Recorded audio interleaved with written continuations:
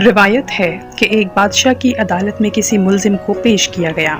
بادشاہ نے مقدمہ سننے کے بعد اشارہ کیا کہ اسے قتل کر دیا جائے۔ بادشاہ کے حکم پر پیادے اسے قتل گاہ کی طرف لے چلے تو اس نے بادشاہ کو برا بھلا کہنا شروع کر دیا۔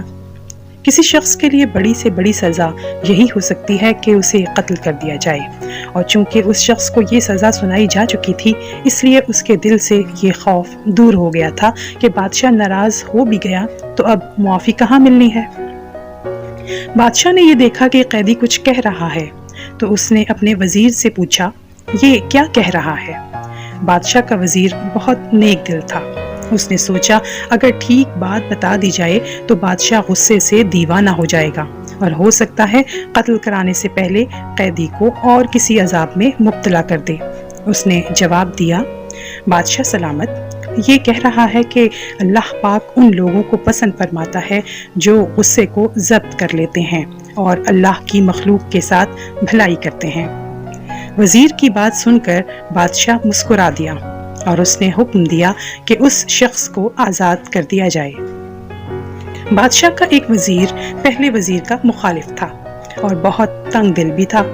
وہ خیر خواہی جتانے کے انداز میں بولا، بادشاہ سلامت، یہ بات ہرگز مناسب نہیں ہے کہ کسی بادشاہ کے وزیر اسے دھوکے میں رکھیں اور سچ کے سوا کچھ اور زبان پر لائیں، اور سچ یہ ہے کہ قیدی حضور کی شان میں گستاخی کر رہا تھا، غصہ ضبط کرنے اور بھلائی سے پیش آنے کی باتیں نہیں کر رہا تھا۔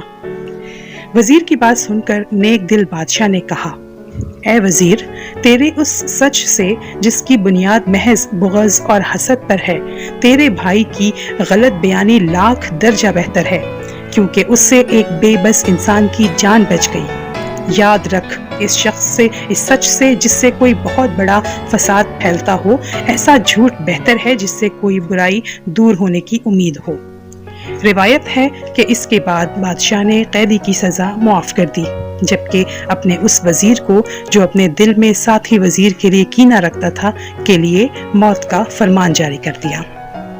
وہ سچ جو فساد کا سبب ہو، بہتر ہے وہ زبان پر نہ آئے، اور اچھا ہے وہ کذب ایسے سچ سے جو آگ فساد کی بھڑکائے۔